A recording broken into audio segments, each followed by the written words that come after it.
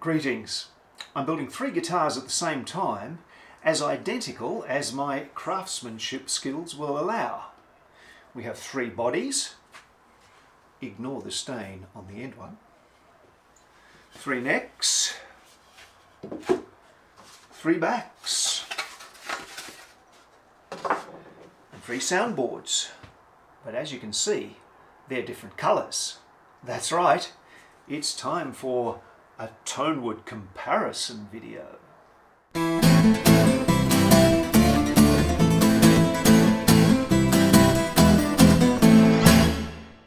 Hi, I'm Trevor Magnuson. I'm starting to get the hang of this, but still making too many mistakes. All of my previous guitars have used Celery-top pine for the soundboard. Internet luthiers have commented that because it is so stiff and heavy, it's really only suitable for large-bodied guitars. Others say that it's just fine for ukuleles, so go figure. But they all agree that it needs to be milled thinner than pretty much any other timber. So for the first time in all of my builds, I've actually taken this down below 3mm. The second timber is King William or King Billy pine. In contrast to Celery-top, this timber is very light and very soft, and I have therefore milled it to well over 3mm. The piece that I bought was not wide enough for a perfect book match, and it wasn't thick enough for a 3-way book match, but it's still pretty beautiful, and you have to look to see the join. The final timber is beloved of all Tasmanian woodworkers. It's Huon pine. This timber can only be harvested by dredging logs up from the bottom of lakes. It's because it's a protected species. It's very soft, and I've milled this one to pretty much bang on 3mm. I'm not going to show the full details of the build because we want to go and compare the sounds. A bit more progress, as you can see. My preconceptions on Celery-top is that the sound is going to be quite bright, not quite so much bass, kind of a shimmery produced sound coming at you acoustically. That would suggest that it's a good guitar for a band setting where another instrument is playing bass, and perhaps not quite so good for just solo guitar and vocal or another solo instrument.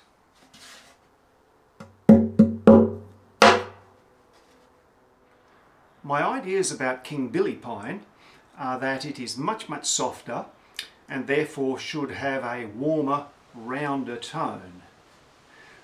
Possibly that may translate to a little bit more bass. That's just the way I understand it, having not yet built the guitar.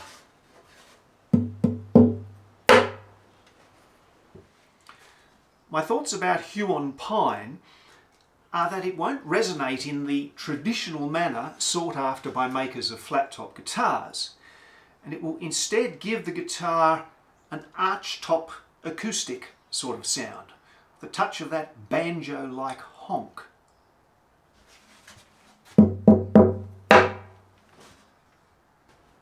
Well, I've just started to French polish the soundboards, and that gives us a first look at these timbers under a little bit of shellac.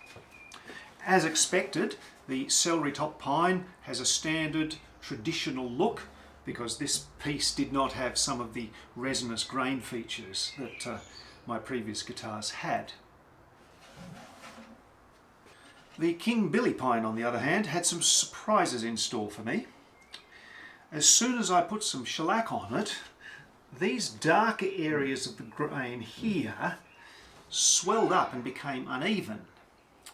Now, I don't know whether this is just a natural attribute or property of the grain, or whether there were some scratches from the drum sander that I hadn't adequately sanded. But I tell you what, before I put finish on, I had sanded it so that it looked and felt perfectly smooth.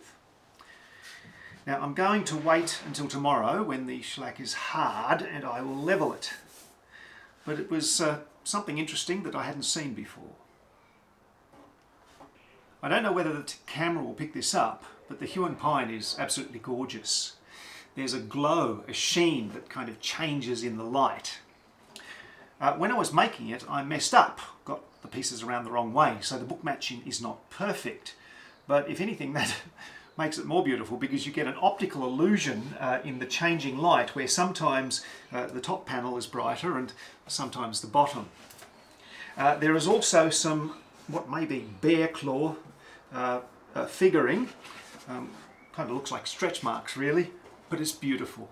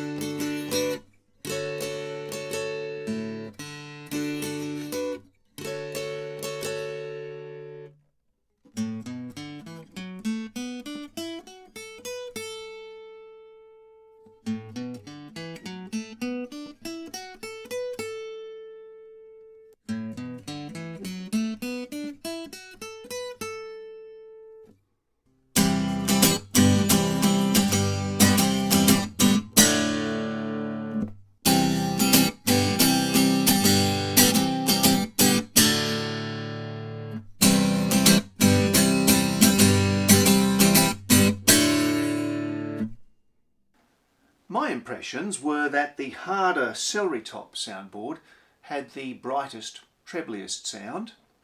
The King Billy had a pronounced mid-range, and the Huon pine was the warmest and the deepest, though there was shimmer enough in there as well.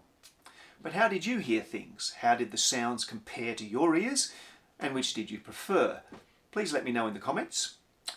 I will mention that during the build, the two softer soundboards gave me no end of trouble. They are so vulnerable, you give them a sharp look and you've got a scratch or a dent to deal with.